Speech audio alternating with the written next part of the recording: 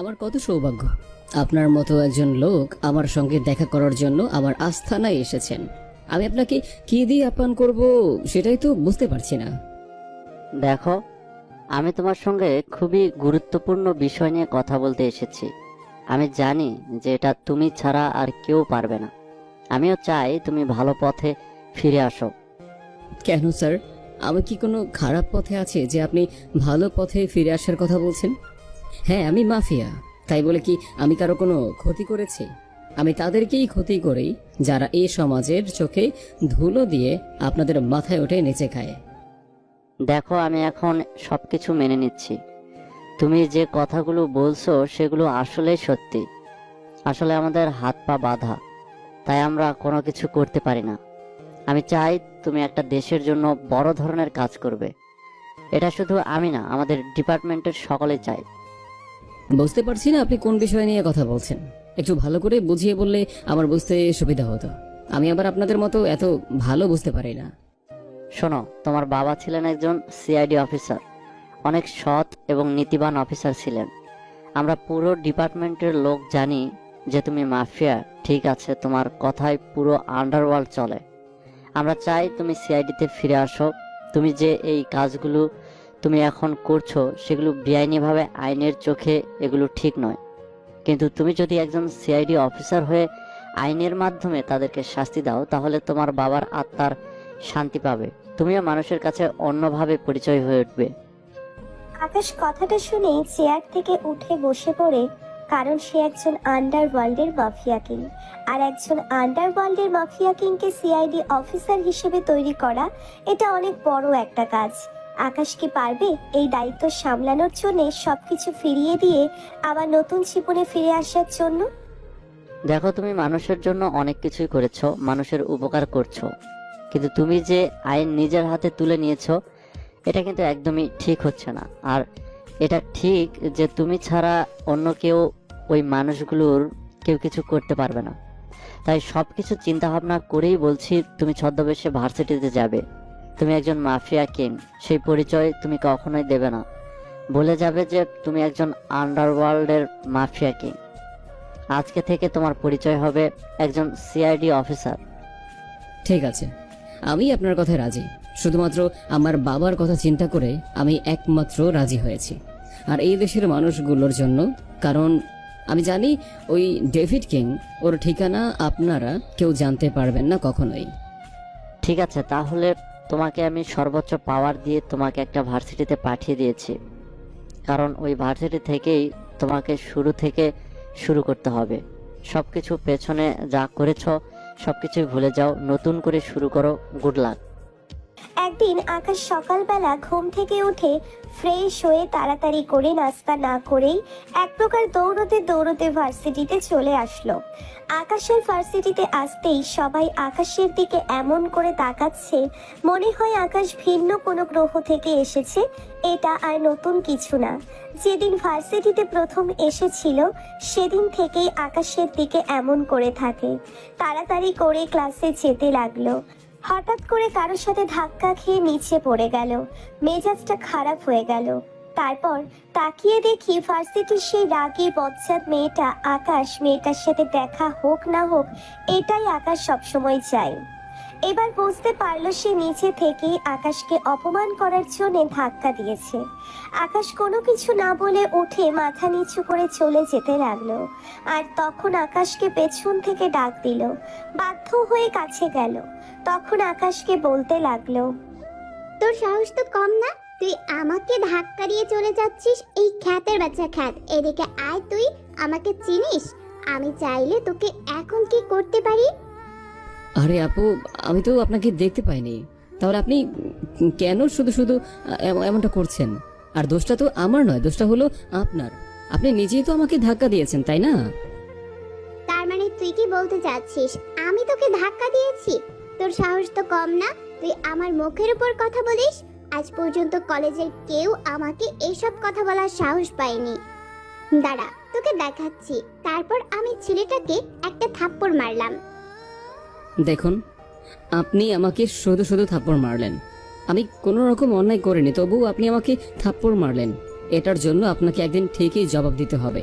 কাউকে শুধু শুধু আঘাত করা এটা অনেক বড় অন্যায় এবং অনেক বড় পাপ। তোর কথা হলো তুই আমাকে জ্ঞান দিচ্ছিস আর আমাকে ধাক্কা দিয়ে তুই আবার বড় বড় কথা বলছিস। আজ পর্যন্ত কেউ আমার মুখের উপর কথা বলে নাই, তুই প্রথম আমার মুখের উপর কথা বললি। যা এখান থেকে, না হলে কিন্তু তোকে এখানে মেরে পুঁতে রেখে দেব। আজকে মনটা ভালো নেই তাই তোকে ছেড়ে দিয়েছি, না হলে আজকে দেখিয়ে দিতাম। হ্যালো বন্ধুরা, যারা আমাদের গল্প শোনো তাদের সবাইকে অসংখ্য ধন্যবাদ। তোমাদের কাছে কোনো এলাকার বড় ভাই তার ছোট বোনের জন্য আর্থিকভাবে কিছু সাহায্য চাচ্ছে। তার বোনের কিডনির সমস্যা, ডক্টর বলছে যে তার কিডনি চেঞ্জ করতে হবে। প্রায় 7 লক্ষ টাকা লাগবে কিডনি চেঞ্জ করতে, তাহলে সেই বোনটি সুস্থ হবে। কিন্তু তারা অনেক গরিব, তাদের পক্ষে এতগুলো টাকা দেওয়া সম্ভব না। তারা দিন আনে দিন খায়, তাদের কোনো জমানো টাকা নেই। তাই আপনারা যদি সাহায্য করেন তাহলে সেই বোনটিকে বাঁচানো সম্ভব হবে। তাই আপনারা প্লিজ যে যা পারেন সাহায্য করেন। বিকাশ, নগদ এবং ইসলামী ব্যাংক নাম্বার ডেসক্রিপশন বক্সে এবং কমেন্টে পিন করে দেওয়া আছে। আর কেউ যদি কোনো প্রকার ডকুমেন্ট দেখতে চান তাহলে আমাকে হোয়াটসঅ্যাপ নাম্বারে মেসেজ দেন। তাহলে চলেন এবার গল্পে ফেরা যাক। তারপর আকাশ সেখান থেকে চুপচাপ চলে আসলো।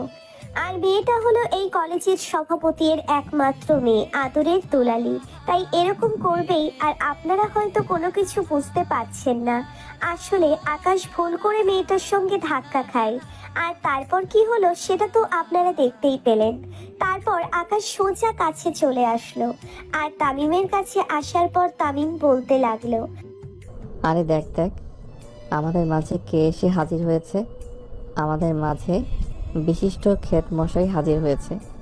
দেখতে পুরোই পাগলের মতো মনে হয়। পাবনায় রেখে আসতে হবে। এই তোদের না গাড়ি আছে?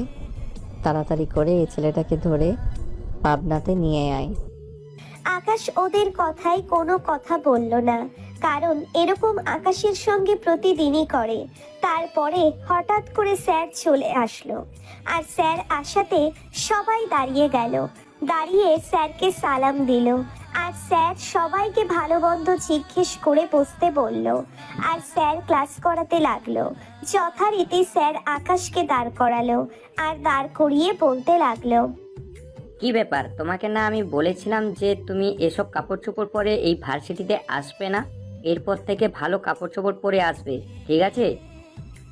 স্যার, আমার ভালো কাপড় চোপড় পরার মতো কোনো সামর্থ্য নেই, তাই স্যার ভালো কাপড় চোপড় পরে আসতে পারবো না ভার্সিটিতে। আপনি এটার জন্য আমাকে ক্ষমা করবেন। তারপর স্যার আকাশকে আর কিচ্ছু বলল না, আর আকাশও বসে পড়ল। তারপর স্যার আবারও কাজ করাতে লাগলো, আর এভাবে সময়টা পার হয়ে গেল। আকাশ ক্লাস শেষ করে বের হতে যাবে, তখনই দেখে তামিম আকাশকে ডাক দিচ্ছে, আর আকাশ তার কাছে গেল। আর কাছে যেতেই তামিম আকাশকে থাপ্পড় মেরে বলল, কি রে, তুই কি চোখে দেখতে পারিস না? আমি যে এখান দিয়ে যাচ্ছি, আমাকে তো সালাম দেওয়ার কথা ছিল, কিন্তু তুই আমাকে সালাম না দিয়েই চলে যাচ্ছিস। দ্বিতীয়বার যেন এমন ভুল না হয়। তারপর তামিম চলে গেল। আকাশ কোনো কিছুই বুঝতে পারল না। সবাই আকাশের সঙ্গে কেন যে এমনটা করে, আকাশ খেদ ভাবে আছে দেখে সবাই আকাশের সঙ্গে এমনটা করবে এটা আকাশ আগে থেকেই বুঝতে পারছিল। তারপর আকাশ কোনো কিচ্ছু না ভেবে চলে আসলো বাহিরে, আর বাহিরে এসে হেঁটে যাচ্ছে আকাশ বাসার দিকে। তারপর বাসায় এসে ফ্রেশ হয়ে খাবার খেয়ে নিল, আর খাবার খেয়ে কিছুক্ষণ রেস্ট নিতে লাগলো। আর তখনই স্যার আকাশকে কল দিল। স্যার আকাশকে কল দিয়ে বলতে লাগলো, আকাশ, তোমার কাজের কতদূর এগিয়েছ?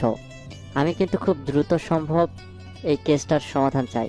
এখানে সবকিছুই জট পাকিয়ে আছে, তোমার জটগুলো আগে খুলতে হবে। বস, আমি আমার সাধ্যমতো চেষ্টা করেছি, আর আপনি কোনো চিন্তা করবেন না। আর স্যার, আমার মনে হচ্ছে যে এই কলেজের প্রিন্সিপাল, ওনাকে আমার অনেকটা সন্দেহ হচ্ছে। আমি যদি প্রমাণ হাতে পাই তাহলে কিন্তু ওনাকে সোজা উপরে পাঠিয়ে দেব। আমি তোমাকে নির্দেশ দিয়ে দিয়েছি যে এই কাজের সঙ্গে যারা যারা জড়িত আছে, এই খুনগুলোর পেছনে যারা যারা আছে, তাদের সবাইকে তুমি জীবিত অথবা মৃত ধরে আনার জন্য। তারপর আকাশ বসের সঙ্গে আরো কিছু কথা বলে কল কেটে দিল। আর কল কেটে দিয়ে আকাশ রেস্ট নিতে লাগলো। আর এভাবে সময়টা পার হয়ে গেল। রাতের বেলা আকাশ রেডি হয়ে বের হলো কলেজের উদ্দেশ্য এখন কলেজে গিয়ে আকাশকে সবটা জুড়ে ঘুরে ঘুরে দেখতে হবে। তারপর আকাশ চলে আসলো কলেজে। আর কলেজে এসে আকাশ ভিতরে চলে আসলো। আর ভিতরে এসে এক এক করে সবটা জায়গা ভালো করে দেখতে লাগলো। আর দেখতে দেখতে চলে আসলো আকাশ প্রিন্সিপালের রুমের সামনে। প্রিন্সিপালের রুমের সামনে এসে আকাশ কিছুটা শব্দ পেল। আর শব্দটা পেয়ে আকাশ সতর্ক হয়ে গেল। তারপর আকাশ এক পা দুপা করে সামনে এগিয়ে যেতে লাগলো। আর এগিয়ে যেতেই আকাশ ভিতর থেকে একটা মেয়ে আর স্যারের শব্দ শুনতে পেল। আকাশ আরো কাছে এগিয়ে যেতে লাগলো। আকাশ দরজার কাছে চলে আসলো। তারপর দরজার কাছে এসে আকাশ একটা ফটো দিয়ে দেখতে লাগলো। দুজনেই উলঙ্গ অবস্থায় বসে বসে মদ খাচ্ছে আর কথা বলছে। শোন, তুই এখন আমাকে যে সুখ দিচ্ছিস আমি এটা কোনো দিনই ভুলতে পারবো না। আর তোর পরীক্ষার চিন্তা তোকে করতে হবে না, তোর পরীক্ষার চিন্তা আমি করব। এভাবে রোজ রোজ আমাকে সুখ দিবি? স্যার, আপনি এটা কি বলছেন? আমি তো রোজ এখানে আসতে পারবো না। এখানে আসলে হয়তো আমরা ধরা পড়ে যাব। যদি একবার ধরা পড়ে যাই তাহলে কি অবস্থা হবে সেটা একবার ভেবে দেখেছেন? শোন, আমি তোকে একটা অফার দিতে চাই। যদি তুই অফারটায় রাজি থাকিস তাহলে তোর জন্যই ভালো হবে। তুই এখন থেকে আমার হয়ে কাজ করবি। আমি তোকে যেভাবে বলবো তুই সেভাবেই কাজ করে যাবি, কারণ তোর তো টাকার প্রয়োজন, তাই না? আর তোর রূপ যৌবন সবই আছে। স্যার, আপনি আমার সঙ্গে বিছানায় আসতে চেয়েছেন, আমি বিছানায় এসেছি। সেই জন্য আপনি আমার পরীক্ষাটা ভালো একটা সার্টিফিকেট দিয়ে দিবেন, তাহলেই হবে। আর এছাড়া আমাকে তারা আপনার কি দরকার? শোন, আমার এখানে একটা গোপন জায়গা আছে। এখানে আমি মেয়েদেরকে পাচার করে থাকি। তুই যদি আমাকে প্রতি সপ্তাহের কয়েকটা মেয়ে এনে দিতে পারিস পাচার করার জন্য, সেখান থেকে তুই ভালো একটা কমিশন পাবি, যেটাতে তোর লাইফ সেট হয়ে যাবে। তুই সারা জীবন টাকার উপর শুয়ে থাকবি। বল, তুই কি আমার কথায় রাজি? কিন্তু স্যার, এটা আমি কিভাবে করতে পারি? আমি একটা মেয়ে হয়ে অন্য মেয়েগুলোকে আমি নিজের হাতে পাচার করতে সাহায্য করব? এটা অনেক পাপ কাজ। আমি এটা করতে পারবো না। তুই যদি আমার কথা না শুনিস তাহলে তোর কি অবস্থা হবে সেটা তো তুই ভাবতেই পারছিস। আর এখন থেকে আমি যেভাবে বলবো তুই সেভাবেই চলবে, কারণ তুই ছাড়া এই কাজটা কেউ করতে পারবে না। কারণ তোর সঙ্গে হোস্টেলের মেয়েরা সবাই বন্ধু, আর তাছাড়া বাহিরেও তোর অনেক বান্ধবী আছে। ঠিক আছে, আমি আপনার কথায় রাজি, কিন্তু একটা কথা, এসব যেন কেউ জানতে না পারে। আপনি যেভাবে চাইবেন, যখন চাইবেন, আমি সেই সময় আসতে পারবো, কোনো সমস্যা হবে না। কিন্তু একটাবার আমার দিকেও চেয়ে দেখবেন, কারণ আমার যদি মান সম্মান চলে যায় তাহলে আমি কাউকে মুখ দেখাতে পারবো না। ঠিক আছে, আজকে থেকে তুই আমার পার্সোনাল সেক্রেটারি, বুঝতে পারছিস? আর এখন এখানে থাকার দরকার নেই, চল আমি তোকে আমার গোপন জায়গায় নিয়ে যাই, পরে তোকে ভোরবেলা হোস্টেলে পাঠিয়ে দেব। কিন্তু আপনি যে আমার দেহটা দখল করেছেন, এখন আমাকে কি কেউ বিয়ে করবে বলেন? আমি আমার নিজের ইজ্জতটা পর্যন্ত আপনার জন্য দিয়ে দিলাম। তুই যদি চাস তাহলে আমি তোর সঙ্গে সংসার করতে রাজি আছি। আমি তোকে বিয়ে করে অন্য কোথাও রেখে দেব, তুই সেখানে থাকবি, বুঝতে পারছিস? আর নতুন নতুন মেয়ে পেলে আমার কাছে নিয়ে আসিস। আমি সুখ চাই। আপনি এতটা খারাপ, এটা যদি কেউ জানতে পারে তাহলে আপনার মান সম্মান আর থাকবে না, বলে দিলাম। আমি ভাবতে পারিনি আপনি এতটা জঘন্য পরিমাণে খারাপ হতে পারেন। আরে তুই তো এখনো কোনো কিছুই জানিস না। আমি কলেজের সব ম্যাডামকে আমার পিছনে এনেছি, অনেককে প্রেগনেন্ট বানিয়ে দিয়েছিলাম, তারপর সবাই ভয় পেয়ে চুপচাপ কলেজ ছেড়ে চলে যায়। আপনি আমার সঙ্গে যা কিছু করেন না কেন, আমার ব্যাপারে কাউকে জানাবেন না প্লিজ। আমি চাই না অন্য কারো ভোগের সম্পদ হতে। আপনি যেভাবে বলেছেন আমি সেভাবেই কাজ করতে রাজি আছি। এই তো লক্ষ্মী মেয়ের মতো কথা। এখন শোন, তোর বান্ধবী আছে না হোস্টেলের, তোর সঙ্গে যে থাকে, ওকে পাচার করে দেব, সেটা তুই ব্যবস্থা করে দিবি, বুঝতে পারছিস? না, এটা হয় না। এটা আমি কখনোই করতে পারবো না, কারণ ও অনেক গরিব ঘরের মেয়ে। ওর বাবা মায়ের অনেক স্বপ্ন। প্লিজ আপনি এটা করবেন না। তুই যদি এটা না করিস তাহলে তোকে কি অবস্থা করব সেটা তো বুঝতেই পারছিস। এখন এখানে মেরে রেখে দেব তোকে, বুঝতে পারছিস? তোর ইজ্জতটা সমস্ত কিছু ভিডিও করে ভাইরাল করে দেব। প্লিজ আপনি আর এসব আমাকে বলবেন না। ঠিক আছে, আমি আমার সাধ্যমতো চেষ্টা করব আপনার সাথে কাজ করার, তবু প্লিজ আপনি আমার মান সম্মানটা নিয়ে এভাবে খেলবেন না। এই তো লক্ষ্মী মেয়ের মতো কথা। তারপর আমি মেয়েটাকে আমার মতো করে ভোগ করতে লাগলাম, আর এভাবে এই সময়টা পার হয়ে গেল।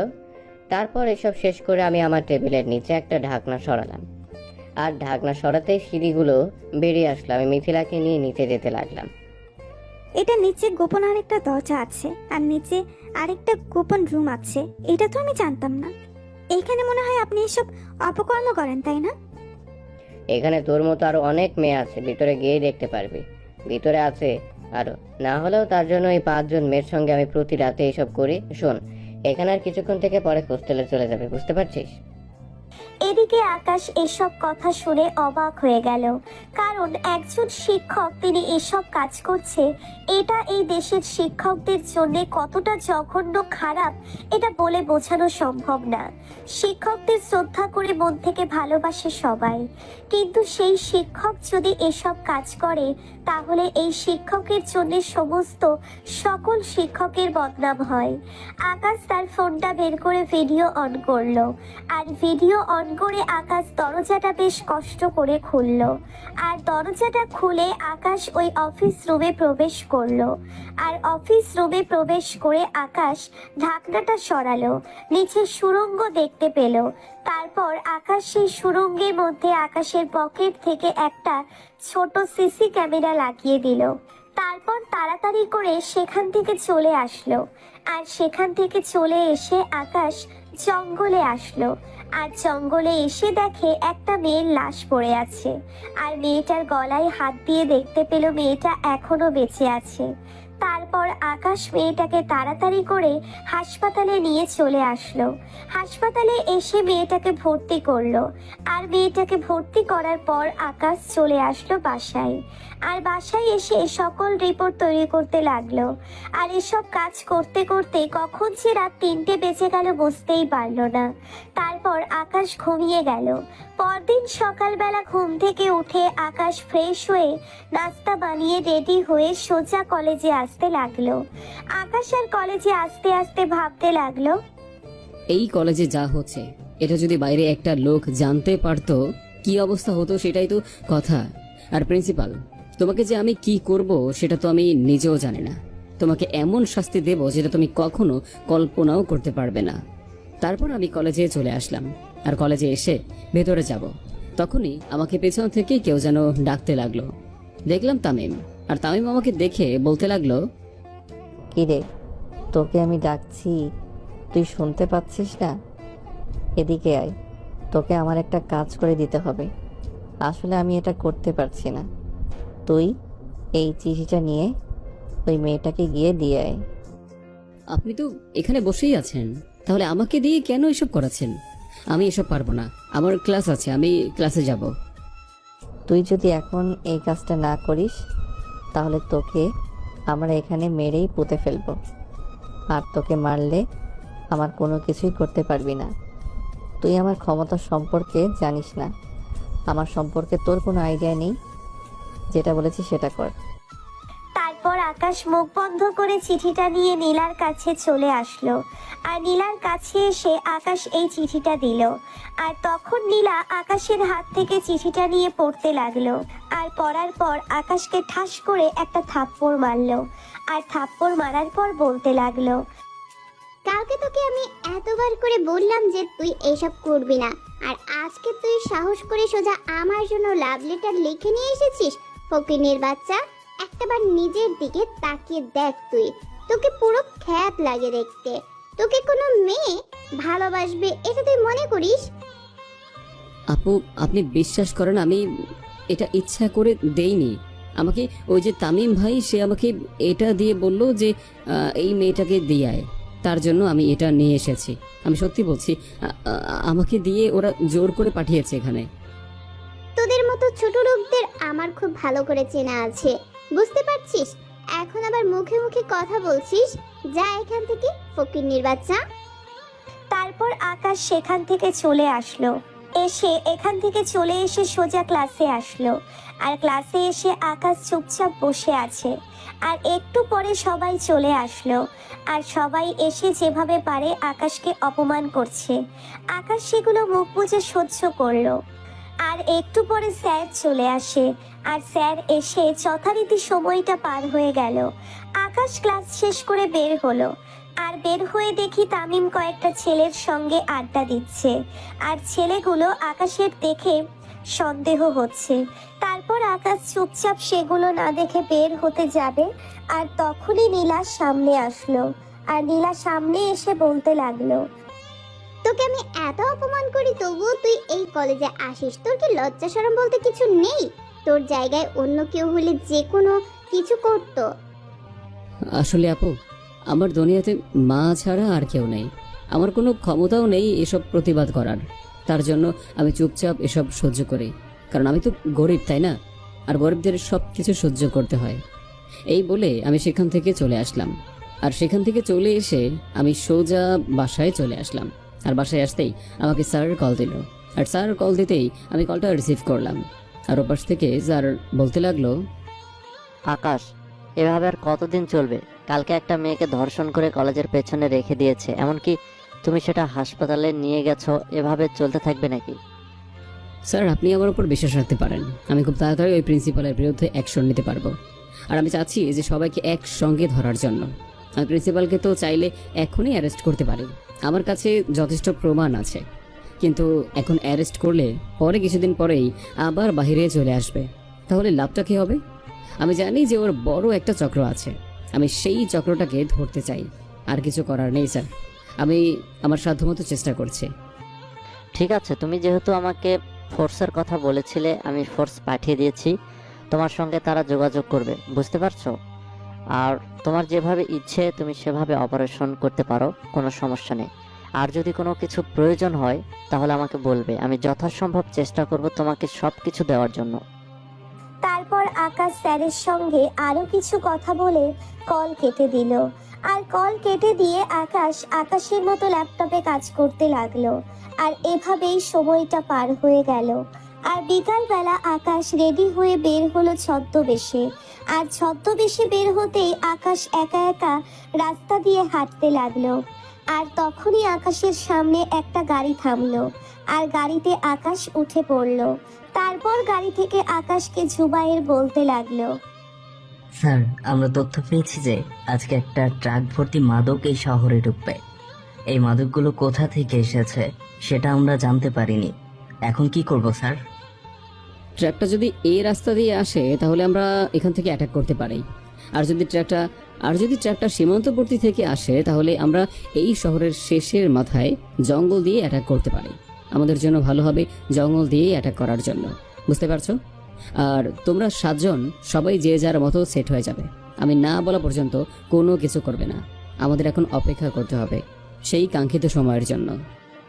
জি স্যার, আপনি যেভাবে বলবেন সেভাবেই কাজ করব। আর আপনি এতদিন ধরে আমাদের লিডার আছেন আর সব সময় থাকবেন, কারণ আপনার অপারেশনগুলো সত্যি সাকসেসফুল হয়।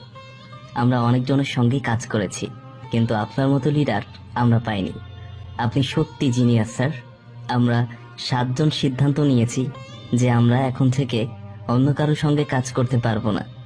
আমরা স্যারকে অ্যাপ্লিকেশন দিয়েছি, আমরা এখন থেকে আপনার সঙ্গে কাজ করব।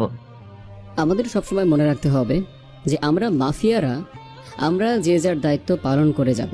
সবাই এখানে বন্ধুর মতো, ঠিক আছে? এখানে এত ফর্মালিটি করার কোনো দরকার নেই। আমরা সবাই দেশের জন্য কাজ করছি, মানুষের জন্য কাজ করছি। আর এতে যদি আমাদের মৃত্যুও হয় তবুও আমরা সেটা সদরে গ্রহণ করে নেব, বুঝতে পারছো? আর জুনিয়র মাফিয়াদের সাথে ভালো ব্যবহার, এটা সিনিয়র অফিসারের একটা দায়িত্ব বলতে পারো। কারণ সিনিয়ররা যদি জুনিয়রদেরকে বুঝিয়ে না দেয়, তাদের সঙ্গে খারাপ ব্যবহার করে, তাদের ভালোটা না বোঝে, তাহলে ওরা কি করে কাজ করতে পারবে? ওরা কি করে অপারেশন করতে পারবে? জি স্যার, আপনি সত্যি কথা বলেছেন। স্যার, এই যে দেখেন, একটা মেয়েকে কেউ যেন তুলে নিয়ে যাচ্ছে। মেয়েটাকে আমার চেনা চেনা লাগছে। ও হ্যাঁ, এটা তো রফিক চৌধুরীর একমাত্র মেয়ে। আরে জুবায়ের, এটা হলো আমার কলেজের সভাপতির মেয়ে, নাম নীলা। তাড়াতাড়ি গাড়িকে ফলো করো আর এটা শুধু মেয়ে নয়, এটা হলো তোমাদের ভাবি। ওকে? ও, তার মানে এটাই আমাদের ভাবি, যার কথা আপনি সব সময় মনে করেন একা একা। তা ভাবি কিন্তু আসলেই অনেক সুন্দর, কি বলিস তোরা? আচ্ছা ড্রাইভার, তাড়াতাড়ি গাড়ি চালাও। তারপর ড্রাইভার তাড়াতাড়ি করে ওদেরকে ফলো করতে লাগলো। আর ওদেরকে ফলো করতে করতে বেশ একটা নিরিবিলি জায়গায় চলে আসলো। তারপর গাড়ি থেকে আকাশের লোকেরা সবাই নামলো আর নেমে সবাইকে গুলি করতে লাগলো। যথারীতি গুলি কাউকে মারলো না, কিন্তু ওদেরকে ভয় দেখাতে লাগলো। আর ওরা ভয়ে গাড়ি থামিয়ে দৌড়ে পালিয়ে যেতে লাগলো। আর আকাশ সবাইকে বলল ধরার জন্যে। তারপর আকাশ নীলাকে নামিয়ে জুবাইরকে বলল গাড়িতে তুলে দেওয়ার জন্য। নীলা আকাশের দিকে এক ধ্যানে তাকিয়ে আছে। কি ব্যাপার ম্যাম, আপনি এভাবে ওনার দিকে তাকিয়ে আছেন কেন? উনি আমাদের নতুন স্যার, বুঝতে পারছেন? আসুন, আমি আপনাকে নামিয়ে দিয়ে আসছি। না, আসলে ওনাকে কেমন যেন আমার চেনা চেনা লাগছে, কিন্তু কোনোভাবেই মনে করতে পারছি না ওনাকে আমি কোথায় দেখেছি। উনি কি এখানেই থাকেন নাকি? আর আজকে যদি আপনারা না থাকতেন তাহলে আমার যে কি অবস্থা হতো। তারপর আমি বাবাকে কল দিলাম গাড়ি পাঠানোর জন্য, আর একটু পরে বাবা গাড়ি পাঠিয়ে দিল। তারপর আমি গাড়িতে করে সোজা বাসায় চলে আসলাম। আর বাসায় আসতেই বাবা বলল, কি ব্যাপার মা, তোকে আমি সবসময় বলি যে তুই সবসময় বডিগার্ড নিয়ে চলবি। এখন দেখতে তো পাচ্ছিস, যদি ওই সময় মাফিয়াগুলো না থাকতো তাহলে তোকে কি করতো? এখন থেকে তুই বডিগার্ড ছাড়া কোথাও যাবি না। বাবা আমি বডিগার্ড নিয়ে কোথাও যেতে পারবো না, কারণ ওদের যন্ত্রণায় আমি পুরো অস্থির হয়ে যাই, বুঝতে পারছো? আর ওরা আমাকে কিডন্যাপ করে নিয়ে যাচ্ছিল শুধুমাত্র তোমার কারণে। তোমার উপর শত্রুতা ওদের, তাই আমার উপর অ্যাটাক করেছে, এটা তো বোঝাই যাচ্ছে। আরে মারে, আমি তোকে যেটা বলছি তুই সেটা কর। এত জেদ কেন করছিস? মানছি যে ওরা আমার উপর অনেকটা ক্ষেপে আছে, আমার যে কোনোভাবে ক্ষতি করার চেষ্টা করছে, কিন্তু তোকে তো একটু সেফ থাকতে হবে, তাই না? বাবা আমি নিজের মতো লাইফটাকে রাঙিয়ে নিতে চাই, আমি এসব চাই না। আর এসবে থাকতে থাকতে আমি দিন দিন অহংকারী হয়ে যাচ্ছি, এটা আমি খুব ভালো করে এখন বুঝতে পারছি। এই বলে আমি আমার রুমে চলে আসলাম। আর রুমে এসে ফ্রেশ হয়ে শুয়ে পড়লাম। আর কিছুক্ষণ পরেই খালা এসে আমাকে খাবার দিল। খালা আমাদের বাসায় সেই ছোটবেলা থেকে কাজ করে। আমি যখন ছোট তখন থেকেই আমাকে মানুষ করেছে। মা তো মারা গেছে সেই কবে। আমি ভাবতে লাগলাম আমি আজকে এটা কাকে দেখলাম। আমার মনে হচ্ছে এটা কেউ ছদ্মবেশে আছে, কারণ দাড়িগুলো উঠে যাচ্ছিল, কেমন চেনা চেনা লাগছে, কিন্তু কোনোভাবেই মিলাতে পারছি না এই মানুষটাকে যে আমার জীবনটা বাঁচালো। কলেজের ওই নতুন ছেলেটা নয় তো, যাকে আমি কয়েকদিন ধরে অপমান করছি? কিন্তু সেই ছেলেটা কি করে হবে? সেই ছেলেটা তো কখনোই এটা হতে পারে না। দেখে তো অনেক সহজ সরল মনে হয়। ধ্যাৎ, আমার মাথায় তো কোনো কিছুই আসছে না। এদিকে আকাশ আবারও সেই কাঙ্ক্ষিত জায়গায় যেতে লাগলো। আর যেতে যেতে প্রায় অনেক সময় পার হয়ে গেল। তারপর প্রায় 1 ঘন্টা পর সেই জঙ্গলে চলে আসলো। আর জঙ্গলে এসে আকাশ অপেক্ষা করতে লাগলো। সেখানে কিছুক্ষণ পরেই দেখতে পারলো একটা গাড়ি এই দিক দিয়েই যাচ্ছিল। আর হঠাৎ করে থেমে পড়লো। আর সেখান থেকে কিছু লোক নেমে আসলো। আর নেমে কোমর থেকে পিস্তল বের করে চারদিকে দেখতে লাগলো। আর আকাশও লুকিয়ে পড়লো সবাইকে নিয়ে। তারপর হঠাৎ করেই বেশ কিছুক্ষণ পরে একটা ট্রাক আসলো। আর ট্রাকের ড্রাইভার নেমে ওই লোকগুলোর সঙ্গে কথা বলছে। আর এদিকে আকাশ বলল, জুবাইর, তুমি ট্রাকে গিয়ে একটা জিপিএস ট্র্যাকিং সিস্টেম লাগিয়ে দাও। আর এখানে তুমি আর রাফি মিলে উঠে পড়ো, ওকে? আর বাকিটা আমি সামলে নিয়েছি। তারপর আমি সেখান থেকে আমার কৌশল মতো সবাইকে অ্যাটাক করলাম। আর আমার দেখা দেখি ওরাও ফায়ার করতে লাগলো। আর এভাবেই প্রায় অনেকক্ষণ ফায়ার করার পর দেখলো ওরা সব কিছু রেখে পালিয়ে যাচ্ছে। তারপর আমি ট্রাকের ড্রাইভারটাকে ধরলাম। আর ট্রাকের ড্রাইভার থেকে ধরার পর আমি মারতে লাগলাম। আর মারতে মারতে প্রায় হাত করে ফেললাম বেশ সব কিছু। পরে আমাকে বলতে লাগলো, আমাকে আর মারবেন না ভাই, আমি নির্দোষ, আমি এসবের কোনো কিছুই জানি না। ওরা আমাকে টাকা দেয়, আমি শুধুমাত্র মালগুলো নিয়ে ডেলিভারি দিই। তাছাড়া আমি এগুলো কোনো কিছু জানি না। আমি জানি তুই এই গ্যাংয়ের সঙ্গে প্রায় অনেক দিন ধরে কাজ করছিস। তোকে সমস্ত পুলিশ মাফিয়ারা ভালো করেই লক্ষ্য করেছে, বুঝতে পারছিস? আমরা মাফিয়ারা এত বোকা নই। আমরা যদি বোকা হতাম তাহলে আমাদেরকে এই চাকরিটা দেওয়া হতো না। আমি সত্যি কথা বলতে চাই, আমাকে ছেড়ে দিন। আমি নির্দোষ, এসবের কোনো কিছুই জানি না। ওরা আমাকে যা বলে আমি শুধুমাত্র তাই করি টাকার বিনিময়ে, এছাড়া আর কিছুই না। তুই যদি এখন আমাদেরকে সত্যি কথাগুলো না বলিস তাহলে তোকে এখানেই মেরে ফেলবো আমি। আর আমাদের কথা না শুনলে আমরা কি করতে পারি, কিভাবে কথা বের করতে পারি সেটা তো ভালো করে জানিস। আসলে আমি এই মালগুলো রাঙামাটি থেকে নিয়ে আসি, আর এই মালগুলো আমি শুধুমাত্র কলেজের সামনে রেখে আসি, আর কলেজের সামনে থেকে কিছু লোক সেগুলো ভিতরে নিয়ে যায়, কিন্তু এগুলো কোথায় রেখে সেটা আমি জানি না। ঠিক আছে, তুই যেহেতু কলেজের ব্যাপারটা জানিস না, তাহলে এগুলো কোথা থেকে আনা হয় সেগুলো আমাকে দেখিয়ে দে। চল আমার সঙ্গে রাঙামাটি। আর যদি আমাদের কথা মতো না শুনিস, আমাদেরকে ধোকা দেওয়ার চেষ্টা করিস, তাহলে কি অবস্থা হবে সেটা তো তুই বুঝতেই পারছিস। আমি আপনাদের সত্যি কথাই বলছি, আর আমি যে আপনাদের কাছ থেকে ধরা খেয়েছি এটা যদি ওরা জানতে পারে তাহলে আমার অনেক বড় ক্ষতি করে ফেলবে। আমার পরিবার আমার উপর নির্ভরশীল, আমার যদি কোনো কিছু হয়ে যায় তাহলে আমার পরিবার পথে বসে যাবে। তা তুই এখন এটা বুঝতে পারছিস কেন? তুই ভালো মতো হালাল কাজ করে খেতে পারিস না? ওদের সঙ্গে কেন তোর যোগ দিতে হলো? আর তুই জানিস তুই এসবের পেছনে একদিন না একদিন ধরা খেতেই হবে। আমি খুব ভালো করে জানতাম যে এসব পুলিশরা কখনোই করতে পারবে না, কারণ পুলিশকে ওরা কিনে নিয়ে গেছে। আমাকে মাফ করে দিন, আমি আপনাদেরকে সবকিছু বলে দিচ্ছি, সবকিছু দেখিয়ে দিচ্ছি, আসেন আমার সঙ্গে। তারপর আকাশ স্যারকে কল দিল, আর কিছুক্ষণ কল হওয়ার পর স্যার কলটা রিসিভ করলো, আর আকাশ স্যারকে বলল হেলিকপ্টার পাঠানোর জন্য এমার্জেন্সি, আর স্যার আকাশকে ঠিক আছে বলে কল কেটে দিল।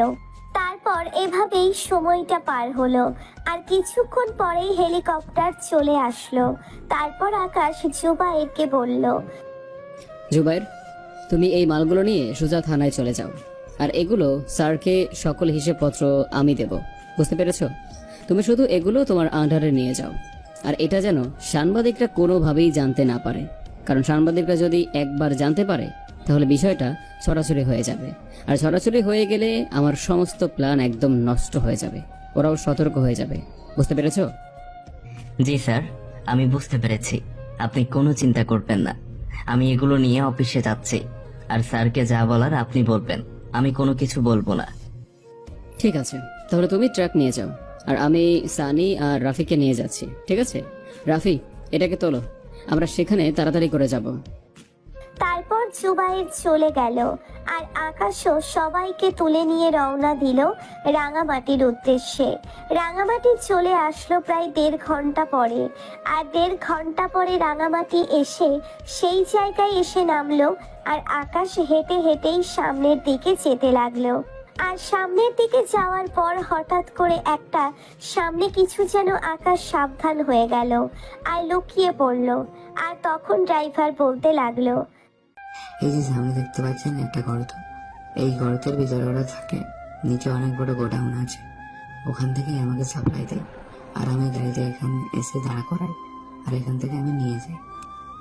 রাফি, তুমি তাড়াতাড়ি হেলিকপ্টার থেকে ড্রোনটা নিয়ে আসো, আর বেশি দেরি করো না। হ্যাঁ, বেশি দেরি করলে কিন্তু এখানে আমরা নিজেরাই মারা পড়বো। তাড়াতাড়ি। একটু পর রাফি হেলিকপ্টার থেকে ড্রোনটা নিয়ে আসলো, আর আমি ড্রোনটার মাধ্যমে সবকিছু সেট করে ড্রোন দিয়ে সকল কিছু দেখতে লাগলাম, আর দেখে সবকিছু ভিডিও করতে লাগলাম। ভিডিও করে আমি সোজা এসে এই ভিডিওটা রেকর্ড করে আবারও চলে আসলাম, আর রাফিকে বললাম যতদিন পর্যন্ত আমরা এই কেসটা সলভ না হচ্ছে ততদিন পর্যন্ত এটাকে আমাদের কাছে রেখে দিও, বুঝতে পারছো? আর এটা আরো কিছু জানি আবার মনে হচ্ছে। আমি বাসায় গেলাম। তারপর সেখান থেকে চলে আসলো আকাশ হেলিকপ্টারে করে নিজের শহরে, আর আকাশ বাসায় চলে আসলো, আর ওদেরকে পাঠিয়ে দিল আকাশ। আর বাসায় এসে আকাশ যথারীতি রিপোর্ট তৈরি করতে লাগলো, আর তখনই স্যার কল দিল। আকাশ স্যারকে বলতে লাগলো, স্যার, আমরা প্রায় 1 ট্রাক ভর্তি গাঁজা পেয়েছি, আর এইটা প্রতিটা জেলায় জেলায় যাওয়ার কথা ছিল, সেটা আমরা আটকাতে পেরেছি। এখন কথা হচ্ছে স্যার, আমি সেই রাঙামাটি গিয়ে ওই গোডাউনের সকল ভিডিও করেছি। আশপাশের কিভাবে কি পজিশন নেওয়া যাবে সেটা আমি করে নিয়েছি। এখন বাকিটা আপনার ইচ্ছা। তাহলে একটা জিনিস শিওর যে প্রিন্সিপাল দেশের বিভিন্ন স্থানে এই মাদকদ্রব্যগুলো পাঠিয়ে দেয়, তাই তো? এবং প্রিন্সিপালের হয়ে আরও অনেকজন কাজ করে। এখন প্রিন্সিপালের গোডাউন সম্পর্কে কিছু বলো তো, আমি সেই এগুলো কোথায় রাখে আর তার হয়ে কে কে কাজ করে? স্যার, আমার মনে হচ্ছে যে প্রিন্সিপালের হয়ে যারা কাজ করে তাদেরকে না মেরে যদি আমরা এর উপরে কে আছে তাদেরকে খোঁজ করি, তাহলে হয়তো বাকিগুলো এমনিতেই ধরা পড়ে যাবে। আমার আরও ফোর্স লাগবে, প্রতি চেকপোস্টে সেনাবাহিনী নিয়োগ করতে হবে। এখনই যদি সেনাবাহিনী মোতায়েন করি তাহলে ওরা কিছু বুঝে ফেলবে। তাহলে এক কাজ করতে পারি, আমি ছদ্মবেশে সবাইকে পাঠিয়ে দিচ্ছি, ঠিক আছে? ওরা ছদ্মবেশে সবার দিকে খেয়াল রাখতে পারবে। আর ওই কলেজে আরও সিসি ক্যামেরা বাড়িয়ে দাও, কলেজটাই হচ্ছে মেইন সমস্যা। স্যার, আমি প্রিন্সিপালের ব্যাপারে আরও জানতে পেরেছি যে ও মাদকদ্রব্য ছাড়াও আরও নারী পাচারের ক্ষেত্রে এবং ধর্ষণের ক্ষেত্রেও ওর হাত আছে। গ্রামের সাধারণ মেয়েরা, মধ্যবিত্ত যারা আছে, তারা এই কলেজে এসে ভর্তি হয়, আর হোস্টেলে জায়গা নেই। তারপর অসহায়ত্বের সুযোগ নিয়ে প্রিন্সিপাল স্যার এসব করে। আর স্যার, কালকে আমি যে মেয়েটাকে হাসপাতালে নিয়ে গিয়েছিলাম, সেই মেয়েটা এখন আগের চেয়ে সুস্থ আছে। সুতরাং এই মেয়েটার জবানবন্দি নিতে হবে। ঠিক আছে, তাহলে তুমি তোমার মতো কাজ করে যাও, আর যখন যা লাগবে আমাকে বলবে। আমি চাই তুমি এই কেসটা সফল করো, কারণ তুমি ছাড়া এই কেসে কেউ আগাতে পারবে না, আমি এটা ভালো করে জানি। আর তোমাকে কেউ চেনে না, এটা একটা প্লাস পয়েন্ট। স্যার, একটা কথা বলি, আমার কণ্ঠ নকল করে যদি কেউ আপনাকে কোনো ফোন দেয় বা ফোন আসে, তাহলে আপনি কিন্তু কোনোভাবেই কোনো কিছু স্বীকার করবেন না। আর আমিও আপনাকে এখনই কোনো রিপোর্ট দেব না। আর সাংবাদিকদের কোনো কিছু বলবেন না, কারণ ওদেরকে যদি বলা হয় বা ওদেরকে যদি কোনো কিছু সাবধান করা হয়, তাহলে ওরাও কিন্তু সতর্ক হয়ে যাবে। আর ওরা সতর্ক হয়ে গেলে আমি কিন্তু এটা সমাধান করতে পারবো না, অনেক বড় ক্ষতি হয়ে যাবে। তারপর আকাশ স্যারের সঙ্গে আরো কিছু কথা বলে কল কেটে দিল। আর কল কেটে দিয়ে আকাশ আরো কিছুক্ষণ কাজ করে খাবার খেয়ে ঘুমিয়ে গেল। আমি আমার গোডাউনে বসেছিলাম আর সিগারেট খাচ্ছিলাম, আর তখনই বস কল দিল। বসের কল পেয়ে আমি কিছুটা ঘাবড়ে গেলাম আর ভয়ে কলটা রিসিভ করলাম। আর তখন বস বলতে লাগলো, প্রিন্সিপাল, তোমাকে দিয়ে মনে হয় আমার আর কাজ হবে না, কারণ তোমার উপর নির্ভর করে আমি সকল মালগুলো পাঠিয়েছি। এখন সেই মালগুলো কোথায় গিয়েছে, কে কিডন্যাপ করে নিয়ে গেছে, তুমি কোনো তথ্য দিতে পারছো না।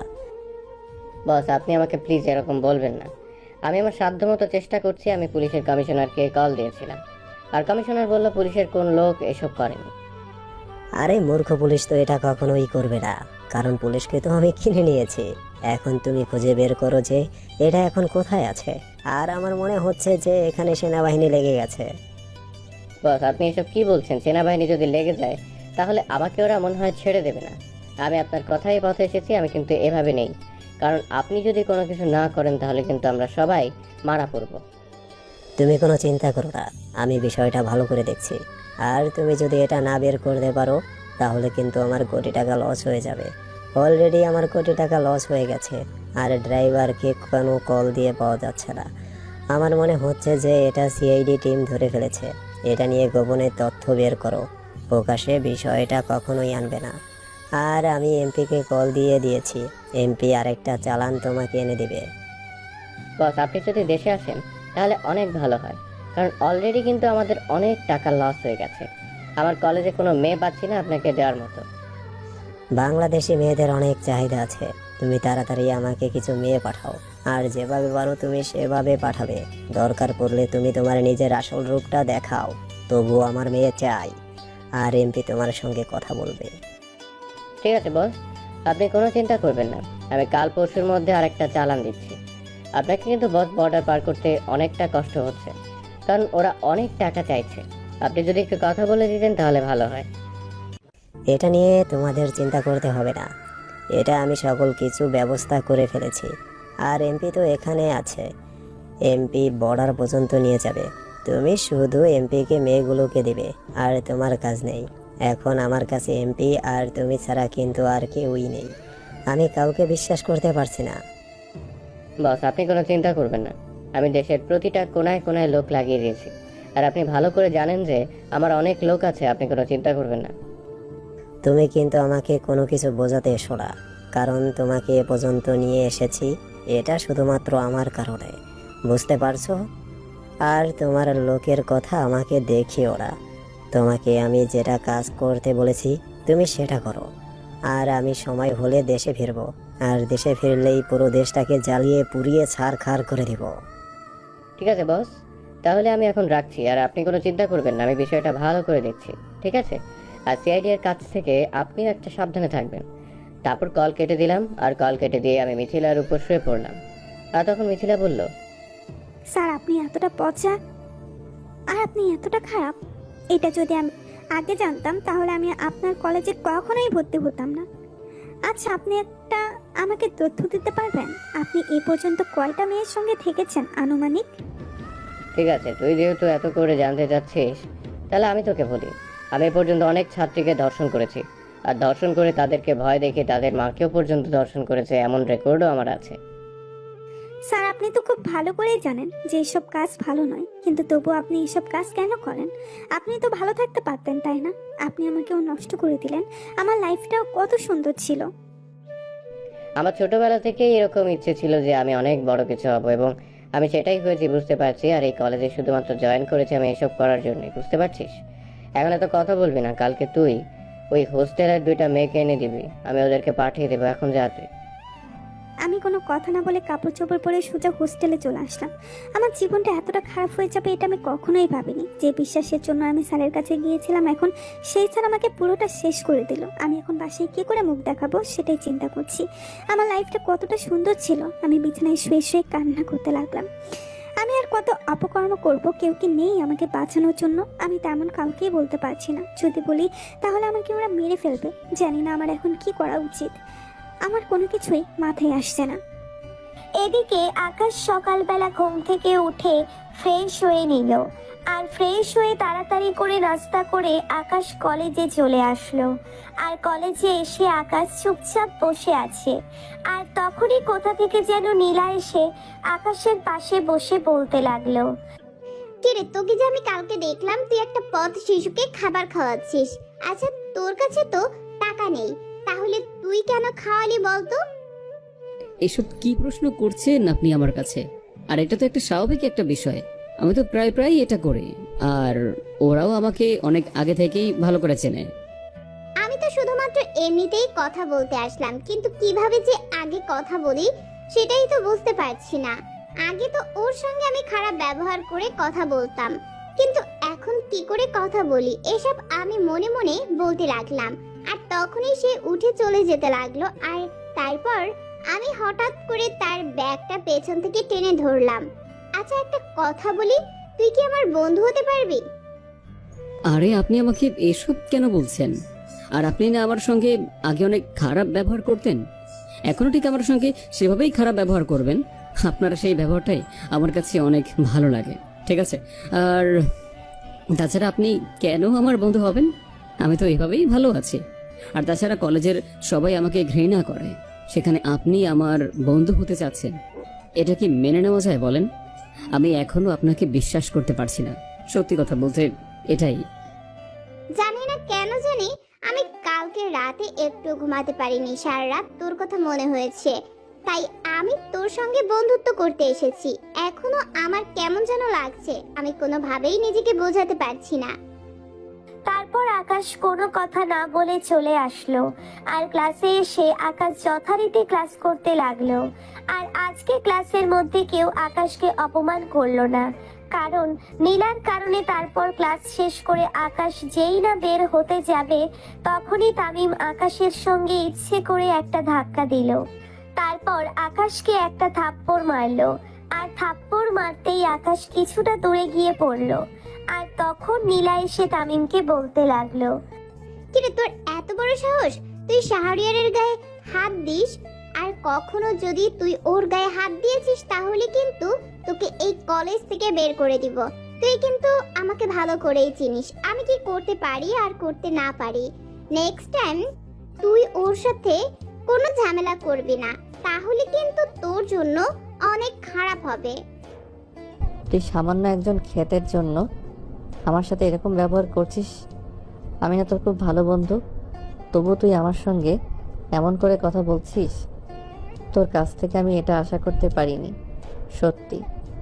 তুই যেটা আশা করতে পারিসনি এটা আমি জেনে কোনো লাভ নেই। এখন থেকে আমি যেটা বলবো তুই সেটাই করবি। তুই ওর সঙ্গে কোনো প্রকার কোনো ঝামেলা করবি না। আর আমি সবাইকে বলছি, তোমরা যদি কেউ শাহরিয়ারকে অপমান করে কথা বলো তাহলে কিন্তু আমার চেয়েও খারাপ আর কেউ হবে না। ও শুধুমাত্র আমার বন্ধু, ঠিক আছে? তারপর আকাশ সেখানে আর কোনো কথা না বলে চলে আসলো। আর আকাশ তার মতো করে হেঁটে যাচ্ছে। আর তখনই দেখলো একটা শিশু আকাশের দিকে এগিয়ে আসলো। এটাকে আকাশ খুব ভালো করে চেনে, আকাশকে অনেক ভালো করে চেনে, অনেক দিন ধরেই আকাশের সঙ্গে পরিচয়। আর আকাশের কাছে এসে বলতে লাগলো, ভাইয়া, আমি আজ 2 দিন ধরে আপনাকে খুঁজে যাচ্ছি, কিন্তু কোথাও আপনাকে খুঁজে পাচ্ছি না। আজকে আমি আপনাকে খুঁজে পেয়েছি ভাইয়া। আমার মা অনেক অসুস্থ, আমি 2 দিন ধরে কোনো ফুল বিক্রি করতে পারছি না, তার জন্য মায়ের জন্য কোনো ওষুধ নিতে পারতেছি না। আমি পেছন থেকে বলতে লাগলাম, তোমার টাকা আমি দিব, চলো তোমার মায়ের সকল চিকিৎসার খরচ আমি দিব, চলো আমার সঙ্গে তুমি। আর শাহরিয়ার, তুমি বাসায় চলে যাও, তোমার সঙ্গে আমি পরে কথা বলবো। আর তোমার ফোন নাম্বারটা আমার কাছে দিয়ে যাও। তোমার ফোন নাম্বারটা নেওয়ার জন্য আমি অনেক ট্রাই করেছি। তারপর নীলা এক প্রকার আকাশের কাছ থেকে জোর করে এই নাম্বারটা নিয়ে গেল। আর আকাশ কিছু বলতে পারলো না। তারপর আকাশও চলে আসলো। আর বাসায় এসে আকাশ ফ্রেশ হয়ে খাবার খেয়ে নিল। আর খাবার খেয়ে যথারীতি আকাশ ল্যাপটপে কাজ করতে লাগলো।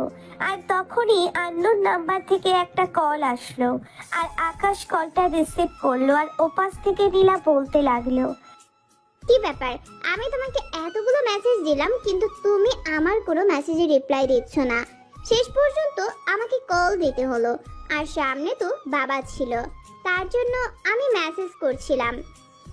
আপনি হঠাৎ করে কেন এমন করতেছেন? আমি তো কোনো কিছু বুঝতে পারছি না। আমি তো বলেছি যে আপনার সঙ্গে আমার কখনোই এটা যায় না, তবু আপনি আমার কথা কি বুঝতে পারছেন না?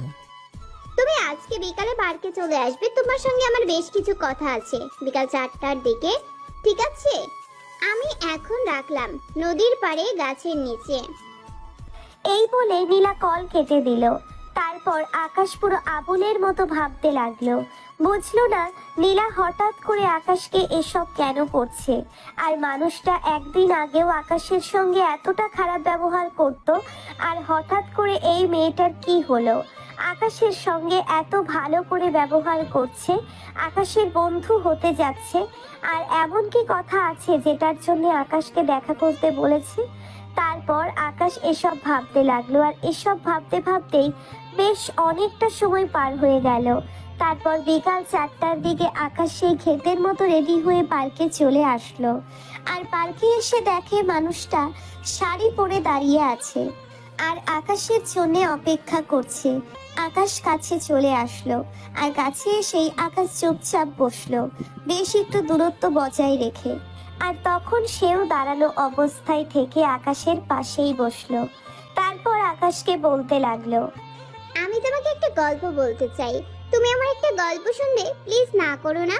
শোনো, আমি যখন ইন্টার প্রথম বয়সে পড়ি তখন একটা ছেলেকে আমি দূর থেকে দেখতাম, কখনো সামনাসামনি কথা বলিনি, দূর থেকে দেখতাম আর ভালো লাগতো, কারণ আমিও ছেলেটার সঙ্গে দেখা করতে পারতাম না, কারণ তখন বাবার বডিগার্ড সাথে ছিল, আমাকে কারোর সঙ্গে কথা বলতে দিত না। ছেলেটা সকাল 9টা 10-এ কলেজে যেত আর আমি গাড়ি দিয়ে অন্য কলেজে যেতাম, তবে গাড়ি দিয়ে আমি অনেক দূরে, কলেজ ছিল, তার জন্য একটু সময় লাগতো। আমি ছেলেটাকে সব সময় দেখতাম বন্ধু বান্ধবের সঙ্গে আড্ডা দিয়ে কথা বলতে বলতে যেত, কেন জানি ভালো লাগতো, কিন্তু চেহারাটা কখনোই স্পষ্ট দেখতে পাইনি। তারপর এভাবে বেশ অনেকটা দিন পার হয়ে যায়। আর একদিন দেখি সে সেখানেই আড্ডা দিয়েছে। তারপর একদিন আমি তাকে খুব ভালো করে লক্ষ্য করলাম, আর যেটুকু ভেবেছিলাম সেইটুকু তারপরে এভাবে ইন্টারের প্রথম বর্ষটা কেটে যায়। আমার কখনো সাহস হয়নি যে বাবার গাড়ি থেকে নেমে আমি ছেলেটার সঙ্গে কথা বলি। তারপর একদিন হঠাৎ করে বাবা আমাকে বলে যে এই শহরে থাকা যাবে না, আমাকে নিয়ে অন্য শহরে চলে যাবে, এখানে নাকি তার বিজনেসের প্রবলেম হচ্ছে। তারপর কোনো কিছু না ভেবেই সেই দিনই আমরা অন্য কোথাও চলে আসি। আর সেই দিনের পর থেকে আমি ছেলেটাকে আর কখনো দেখতে পারতাম না। ছেলেটা কয়েকটা পিক লুকিয়ে তুলেছিলাম, যদিও স্পষ্ট না, কিন্তু দেখতাম দেখতো তুমি এই ছেলেটাকে চেনো কিনা। তারপর আমি পিক দেখালাম, আর পিকটা দেখে সে আমার দিকে অবাক হয়ে তাকিয়ে রইল। তারপর আমি বললাম, হ্যাঁ তুমি ঠিকই ভেবেছো, এটাই তুমি। আমি তোমাকে প্রতিটা রাতে ভেবেছি, সব সময় ভাবতাম যদি তোমার সঙ্গে আমার একদিন দেখা হয়ে যেত। তারপর তুমি কলেজে জয়েন করলে, আর কলেজে জয়েন করার পর আমি সত্যি অনেক খুশি হয়েছিলাম। সেদিন রাতে আমি একটুও ঘুমাইনি, কিন্তু তোমার সঙ্গে একটু ফাজলামি করার জন্য খুব ইচ্ছা ছিল, কারণ এতদিন আমি কষ্ট পেয়েছি, তার জন্য আমি তোমার সঙ্গে অনেক খারাপ ব্যবহার করি। যাই কিছু করি না কেন আমার তো খারাপ লাগে, তাই না? তুমি আমাকে চিনেও না চেনার ভান করছো, এটা সত্যিই অদ্ভুত লেগেছে আমার কাছে। একটা মেয়ে কি করে এতটা ভালোবাসতে পারে? কিন্তু আমি যে তোমাকে ভালোবাসতে পারবো না, আমি যে অন্য কাউকে ভালোবাসি। আমার কেন জানি বিশ্বাস হচ্ছে না যে তুমি অন্য কাউকে ভালোবাসো, এটা বিশ্বাস করতে পারছি না। আর তুমি এভাবে ছদ্মবেশে কেন আছো? তুমি তো এভাবে কখনো থাকতে না। আমি কেন এখানে ছদ্মবেশে আছি এটা আমি তোমাকে এখন বলতে পারবো না, তবে এটা ঠিক যে তোমার মতো একটা মেয়ে আমাকে ভালোবাসে সেটা আমি সত্যি বিশ্বাস করতে পারছি না। কারণ তোমার মতো করে মনে হয় না কোনো মেয়ে আমাকে ভালোবাসবে এভাবে। আমার তো কখনো মনে হয়নি যে আমি তোমাকে আবারও দেখা পাবো, আবারও কখনো কথা বলতে পারবো, কিন্তু আল্লাহ তাআলা হয়তো সেই ইচ্ছাটা করে দিয়েছে। সবাই জানে আমি রাগী বদমেজাজি, কিন্তু আসলে আমি আমার মতো থাকি, তবে যতটুকু অন্যরকম হয়ে গিয়েছিলাম। কিন্তু তুমি এখন আছো, এখন আমি ভালো হয়ে যাব, সত্যি কথা দিচ্ছি। তুমি শুধু আমার হয়ে থেকো। যদি তুমি জানো যে আমি এমন একটা লোক যার 2 সেকেন্ড বেঁচে থাকার কোনো ভরসা নেই, আমাকে যে কোনো সময়ে যে কোনো দিক দিয়ে অ্যাটাক করতে পারে, যদি আমি মারা যাই তাহলে কি করবে তুমি? তোমার সঙ্গে যদি আমার দেখা না হতো, তাহলে আমি মনটাকে একটা না একটা কিছু দিয়ে বুঝাতে পারতাম যে হয়তো আমার ভাগ্যে নেই, তাই তোমার সঙ্গে আমার দেখা হয়নি। কিন্তু এখন তোমার সঙ্গে এতটা সময় পার করার পর, কথা বলার পর, এখন যদি তুমি আমার কাছ থেকে হারিয়ে যাও, তাহলে হয়তো আমি বাঁচতে পারবো না। আমার মৃত্যু ছাড়া আর কোনো পথ নেই। তারপর এভাবে আকাশ নীলার সঙ্গে অনেক কথা বলতে লাগলো, আর এভাবেই সময়টা পার হয়ে গেল। তারপর আকাশ সন্ধ্যাবেলায় দুজনে রিক্সা করে আসছে। তারপর নীলাকে তার বাসার সামনে নামিয়ে দিয়ে আকাশও চলে আসলো বাসায়। আর বাসায় এসে ফ্রেশ হয়ে নাস্তা করে নীলার সঙ্গে কথা বলতে লাগলো। এদিকে আকাশ তার ল্যাপটপে কাজ করতে লাগলো, আর তখনই জুবাইর আকাশকে কল দিল।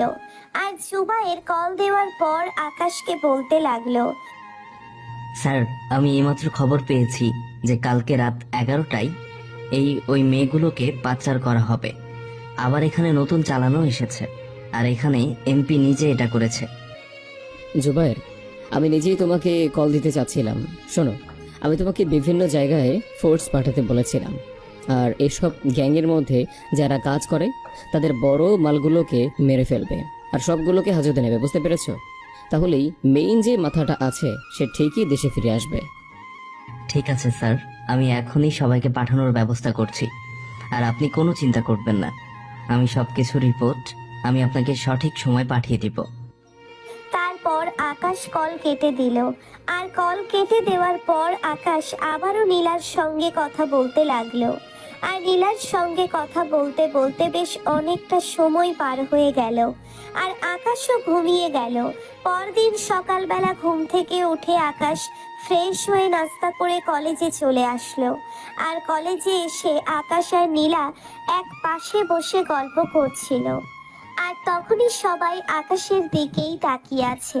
আর তখনই দেখলাম প্রিন্সিপাল স্যার এই দিক দিয়েই যাচ্ছে।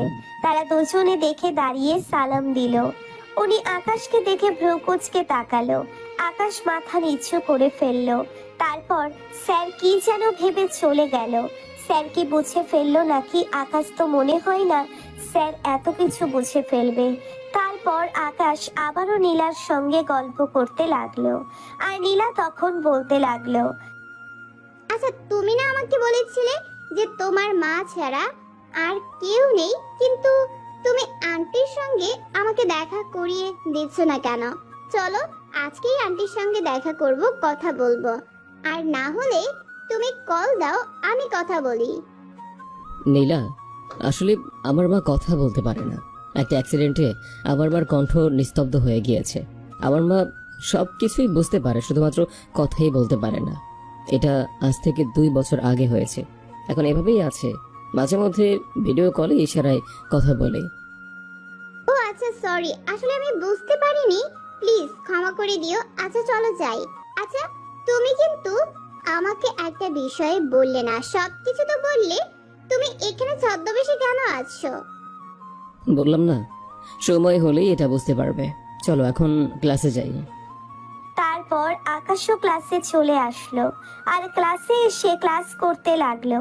তারপর স্যার হঠাৎ করে বলল কলেজে নাকি অনুষ্ঠান হবে 26শে মার্চ উপলক্ষে, আর সেখানে সবার থাকাটা বাধ্যতামূলক। আকাশও একটা প্ল্যান ভাবলো, কারণ এই 26শে মার্চে এই স্যারের আসল রূপটা সবাইকে দেখাবে। এর আগে আকাশকে সকল প্রস্তুতি নিতে হবে। এসব ভাবতেই সময়টা কেটে যায়। তামিম ক্লাস থেকে বেরিয়ে সোজা প্রিন্সিপালের রুমে চলে গেল। আর প্রিন্সিপালের রুমে এসে আকাশ যথারীতি স্যারকে সালাম দিয়ে দরজাটা লক করে দিল। আর তখন প্রিন্সিপাল তামিমকে বলতে লাগলো, কি ব্যাপার, তুই আমার রুমে এসেছিস? আমি না তোকে বলেছি তুই আমার যখন তখন রুমে আসবি না? তবুও কেন এসেছিস? তোকে সময় পেলে আমি নিজেই ডাকবো। আমার একটা কথা আছে। আমি নীলাকে আমার বিছানায় নিয়ে যেতে চাই, আর নীলাকে বিছানায় নিয়ে গিয়ে নীলাকে পাচার করে দিতে চাই। এখন আপনি কি বলেন? এটা কখনোই সম্ভব না, কারণ রফিক সাহেব নিজে আমাদের সঙ্গে কাজ করে। রফিক সাহেব যদি জানতে পারে তাহলে আমি কিন্তু অনেক বড় সমস্যা হতে পারে, কারণ তিনি নিজেই এমপি। তাহলে চলেন দুজনে মিলে শেষ করে দেই, তাহলেই তো হয়। আর এমপি সাহেব তো জানতেও পারবে না যে আমরা এটা করেছি। এই বিষয়ে আমরা ভুলভাল বুঝিয়ে দিব। রফিক, তোর যদি কোনো সমস্যা না থাকে তাহলে তুই চেষ্টা করে দেখতে পারিস। আমি এটা কখনোই পারবো না। যদি তুই এটা পারিস তাহলে আমাকে বলবি, কিন্তু ধরা খেলে কিন্তু আমি এটার মধ্যে নাই। ঠিক আছে, আজকে রাতে একটা চালান তো এমপি সাহেব আমাদেরকে বলেছে দিবে। তাহলে তো ভালোই হবে, তাই না? এই চালানটা যদি দিতে পারে তাহলে আমাদের কোটি টাকা লাভ হয়ে যাবে। হ্যাঁ, আজকে রাতে 11টায় সকল লোকজন নিয়ে সেখানে রেডি থাকবি। আমি সময় সুযোগ হয়ে সেখানে আসবো, বুঝতে পারছিস? আর এমন সেফটি দিবি যেন সিআইডি টিম কেন, এর চেয়ে বেশি কিছু যদি আসে তাহলে যেন আমরা প্রতিহত করতে পারি, বুঝতে পারছিস?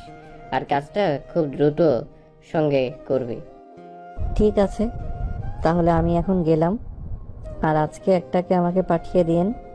আর মিথিলাকে আমারও পছন্দ হয়েছে, মিথিলাকে আমার কাছে পাঠিয়ে দিন। তুই দিন দিন কতটা খারাপ হয়ে যাচ্ছিস সেটাই তো বুঝতে পারছিস না। সময় হলে তুই আমার গোপন জায়গায় চলে যাস, বুঝতে পারছিস? আর কোশ্চেন কালেও যদি কখনো ধরা পড়ে যায় তাহলে এটা প্রকাশ করবি না।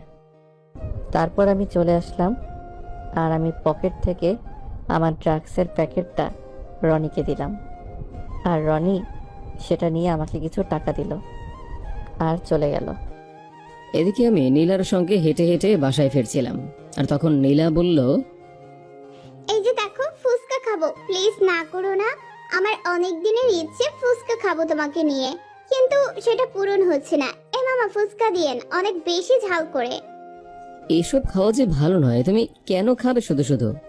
আর এই এত দূর থেকে তুমি এই ফুচকা অর্ডার দিচ্ছ? সত্যি তোমাদের মেয়েদের যে ফুচকা দেখলে কি হয় সেটাই তো বুঝতে পারে না।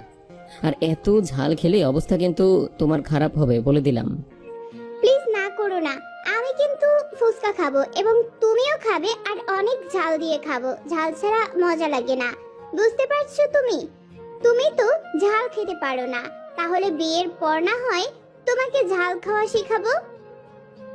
তারপর আর কি করার, তারপর নীলার সঙ্গে গিয়ে ফুচকা খেতে লাগলাম। আর 2টা ফুচকা খেয়েই আমার কান দিয়ে মনে হয় ধোঁয়া বের হচ্ছে। আর নীলার দিকে তাকিয়ে দেখি নীলার কোনো রকম কিছুই মনে হচ্ছে না, আমার ঠোঁট লাল হয়ে আছে। আর তখন নীলা আমাকে দুষ্টুমি করে বলল, কি ব্যাপার মহারাজ, আপনার দেখে অবস্থা খারাপ, তা মিষ্টি দিতে হবে নাকি? আপনাকে আমি তো মিষ্টি দেওয়ার জন্যই বসে আছি। থাক, আমার মিষ্টির দরকার নেই, আমি এভাবেই ভালো আছি। তুমি কি এগুলো খাবে নাকি? তাড়াতাড়ি চলো, আমি বাসায় যাব। আবার এখানে থাকলে আমি নিশ্চিত মাথা ঘুরে পড়ে যাব। তখনই নীলা উঠে এসে আমার ঠোঁটের মধ্যে আলতো করে একটা চুমু দিল। আমি লজ্জায় সেখান থেকে উঠে বিলটা দিয়ে তাড়াতাড়ি করে চলে আসলাম। আর আমার পেছন পেছন নীলাও দৌড়াতে দৌড়াতে আসলো। আর দৌড়াতে দৌড়াতে এসে আমাকে বলতে লাগলো, এত লজ্জা পেলে কি হয় নাকি?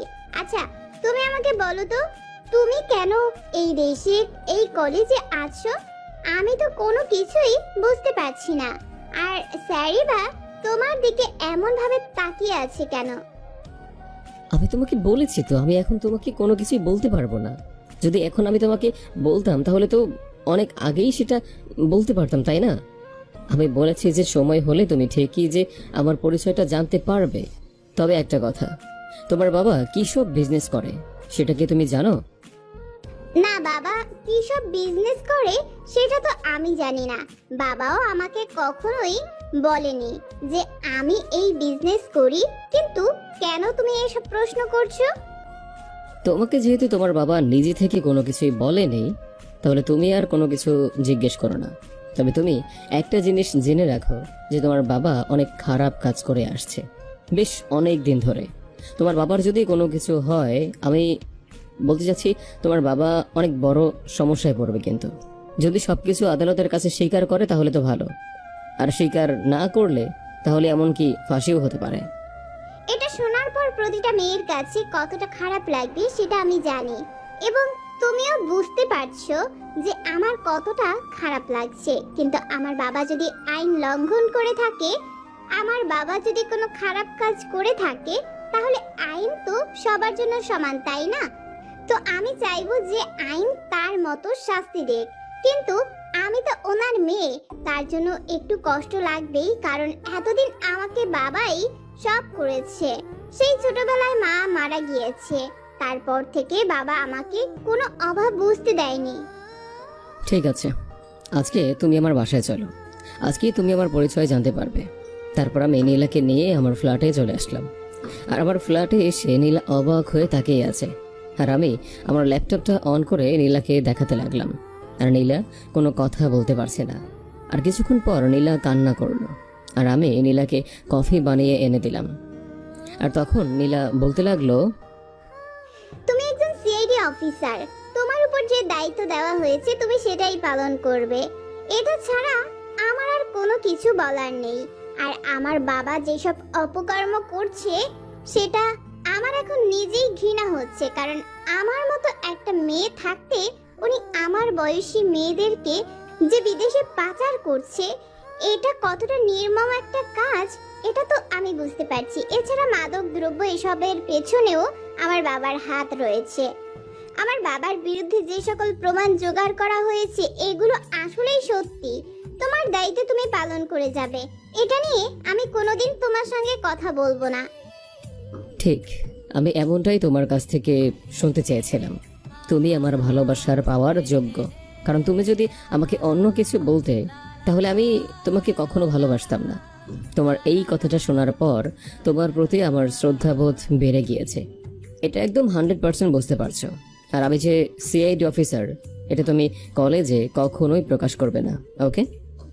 ঠিক আছে, আমি না হয় প্রকাশ করব না, কিন্তু তোমার যদি কোনো বিপদ হয় তখন কি করবে? ওরা কি তোমাকে ছেড়ে দেবে ভেবেছো? ওরাও যদি তোমার পরিচয় একটা বার জানতে পারে তাহলে কিন্তু তোমাকে মেরে ফেলবে, কারণ ওদের হাত অনেক শক্তিশালী। তারপর আমি নীলাকে আলতো করে জড়িয়ে ধরে তার কপালে একটা চুমু দিলাম। আর তুমি যদি আমার পাশে থাকো তাহলে আমি সব কিছু সহ্য করতে পারবো, বুঝতে পেরেছো? আর তোমাকে আমি একটা জায়গায় পাঠিয়ে দেব নাহলে তুমি এখানে থাকলে তোমাকে ওরা কিডন্যাপ করে নিয়ে যেতে পারে। আর আমি তোমাকে আমার মায়ের কাছে পাঠিয়ে দিচ্ছি। আমার মা কিন্তু কথা বলতে না পারলেও সবকিছু ঠিক আছে, অনেক মজার মানুষ। ওকে, ঠিক আছে, তাহলে আমি বাবাকে কোনো কিছুই জানাবো না। আমি এখনই তোমার মায়ের কাছে চলে যেতে চাই। আর আমি চাই না যে আমার কারণে তোমার কোনো সমস্যা হোক। আজ থেকে আমি আর কখনো বাবার পরিচয় দিব না। আমার ভাবতেও ঘৃণা হচ্ছে আমার বাবা এতটা নিচের মনের মানুষ। সত্যি তুমি যদি আমাকে না বলতে তাহলে আমি কখনোই জানতেই পারতাম না। তারপর আকাশ নীলাকে আকাশের মায়ের কাছে পাঠিয়ে দিল। আর এদিকে বেশ দেখতে দেখতে কয়েকটা দিন পার হয়ে গেল। আর একে একে ওদের সকল কার্যকলাপ আকাশ বন্ধ করে দিল। আর ওদের মাথা খারাপ দিয়ে উঠলো। আর দেখতে দেখতে সেই 26শে মার্চ চলে আসলো। আজকে কলেজে অনুষ্ঠান, আর আকাশ খবর পেয়েছে ওদের বস বাংলাদেশে ফিরে এসেছে। সেই অনুষ্ঠানে প্রধান অতিথি হলো তাদেরই বস। এটা হয়তো সবাই জানে না, কারণ সবাই ওনাকে ভালো নামে চেনে। উনি একজন বিশিষ্ট ব্যবসায়ী। আকাশ সকালবেলা ঘুম থেকে উঠে তাড়াতাড়ি করে রেডি হয়ে নিল। আর রেডি হয়ে সোজা সে অনুষ্ঠানে চলে আসলো। আর অনুষ্ঠানে এসে আকাশ বসে আছে। একে একে সবাই পারফর্ম করে যাচ্ছে। আকাশ মাইক্রোফোনে সবাইকে বলতে লাগলো, তোমরা মঞ্চের নিচে যেভাবে আছো তোমরা সেভাবেই থাকবে। আমি না বলা পর্যন্ত তোমরা কোনো অ্যাটাক করবে না। আর প্রিন্সিপালকে ওই বসের সঙ্গে যে বসে আছে এই দুজনকে আমি দেখব, তোমরা বাকি লোকগুলোকে দেখবে, ঠিক আছে? আমার কথা ছাড়া কোনো কিছু করবে না, কারণ একটা ভুল হলেই কিন্তু ওরা পালিয়ে যেতে পারে। তারপর আকাশ এই সেই কাঙ্ক্ষিত সময়ের জন্য অপেক্ষা করলো। আর অপেক্ষা করতে করতে সেই সময়টা চলে আসলো। আর আকাশ সবাইকে ফায়ার করতে বলল। আর যথারীতি সবাই ফায়ার করতে লাগলো। আর আকাশ গিয়ে প্রিন্সিপাল আর সেই বসটাকে মারতে লাগলো। ওরাও আকাশকে মারতে লাগলো। সবাই যে যার মতো ছুটোছুটি করতে লাগলো। আকাশ সবাইকে কলেজের গেট বন্ধ করে দেওয়ার জন্যে বলল, যেন কেউ বের হতে না পারে। তারপর আকাশ ফায়ার করতে করতে প্রিন্সিপালের পায়ে গুলি করলো। আর সঙ্গে সঙ্গে প্রিন্সিপাল পড়ে গেল। আর আকাশ সেই বসকে একটা হাতে গুলি করলো। আর যথারীতি আকাশ তার কোমর থেকে হ্যান্ডকাপ বের করে অ্যারেস্ট করলো। তারপর আকাশ জুবাইরকে বলল সবাইকে একসঙ্গে মাঠে আনার জন্য। আর আকাশ স্টেজে উঠলো, সঙ্গে তার টিম আছে। আকাশ বলতে লাগলো, আপনারা শান্ত হন, আমরা সিআইডি থেকে এসেছি। ওনারা ছদ্মবেশে দেশের মধ্যে নারী পাচার, মাদকদ্রব্য এসব নানা অপকর্মে লিপ্ত ছিল। এতদিন মুখোশ পড়েছিল। আজকে আমরা এসে সেই লোকগুলোকে ধরতে পেরেছি। আর আমাদের এই অপারেশনের পিছনে বিশেষ অবদান হচ্ছে বাংলাদেশ সেনাবাহিনী। আপনাদেরকে সত্যিই আমার অন্তরস্থল থেকে ধন্যবাদ জানাচ্ছি। তারপর সবাই হাততালি দিতে লাগলো। আর আকাশ সবাইকে নিয়ে চলে আসলো। আর আকাশকেও স্যারেরা অনেক সম্বর্ধনা দিতে লাগলো। তারপর এসব করতে করতেই একটা দিন পার হয়ে গেল। আর আকাশও ছুটি নিয়ে সরাসরি বাড়িতে চলে আসলো। আর বাড়িতে এসে দেখে আকাশের মায়ের সঙ্গে নীলা বেশ গুরুত্বপূর্ণ সম্পর্ক গড়ে তুলেছে।